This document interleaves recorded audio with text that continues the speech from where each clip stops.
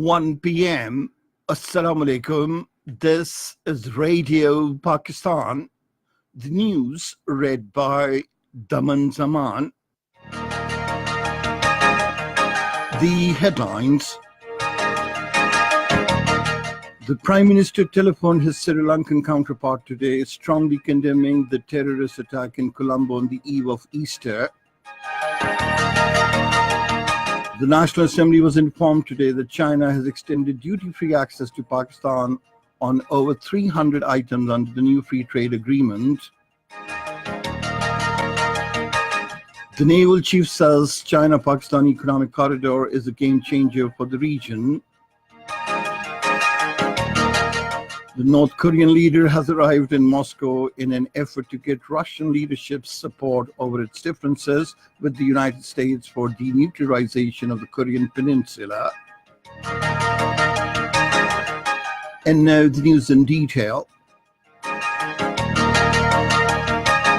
Prime Minister Imran Khan today telephoned his Sri Lankan counterpart Ranil Wickremesinghe and strongly condemned the terrorist attacks that took place in Sri Lanka on Easter in Colombo.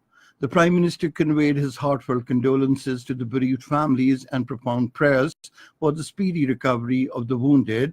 Imran Khan said the people of Pakistan are deeply grieved over the loss of precious, innocent lives and stand by the Sri Lankan brethren in this hour of grief. The Prime Minister said terrorism has no boundaries, no religion, and threatens the peace of the entire region and the world.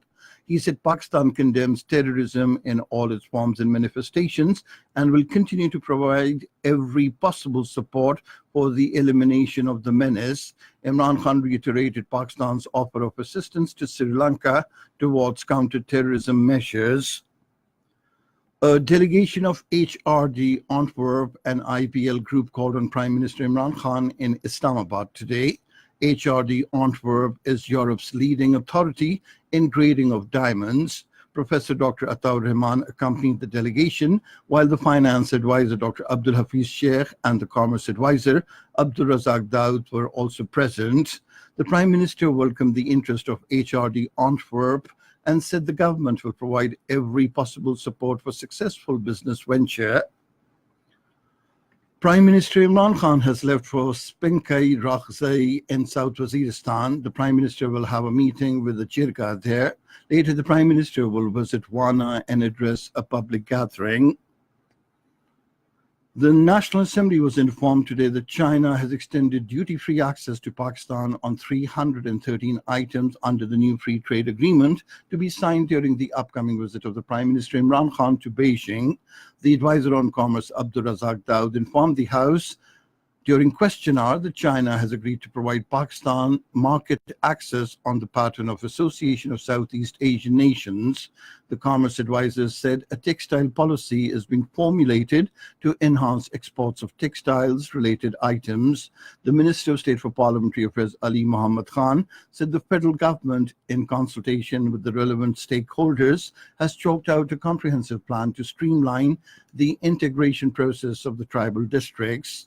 Parliamentary Secretary for Overseas Pakistanis Javeria Zafar informed the House that a policy is being finalized for the promotion of overseas employment. She said Pakistan has signed memorandum of understanding in the fields of manpower and employment with Qatar, Bahrain, the United Arab Emirates, Oman, and Malaysia. The Naval Chief Admiral Zafar Mahmood Abbasi attended the Chinese Navy's 70th anniversary celebrations in China. He also inspected the International Fleet Review held in connection with the 70th anniversary of China's Navy. During the visit, the naval chief held meetings with various Chinese personalities, including China's Minister of National Defense, Wei Fengshi. They exchanged views on professional matters of mutual interest. Admiral Zafar Mahmood Abbasi said Pakistan gives values to the traditional Pakistan-China friendship. The two sides described China-Pakistan Economic Corridor as a game changer for the region. In occupied Kashmir, an overwhelming majority boycotted the third phase of the so-called polling for the Indian parliamentary elections in the territory yesterday.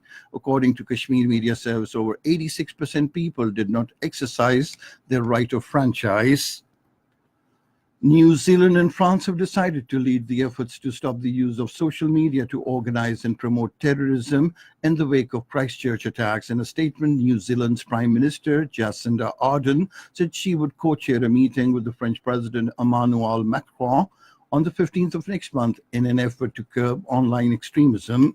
She said Christchurch attacks saw social media used in an unprecedented way as a tool to promote an act of terrorism and hate.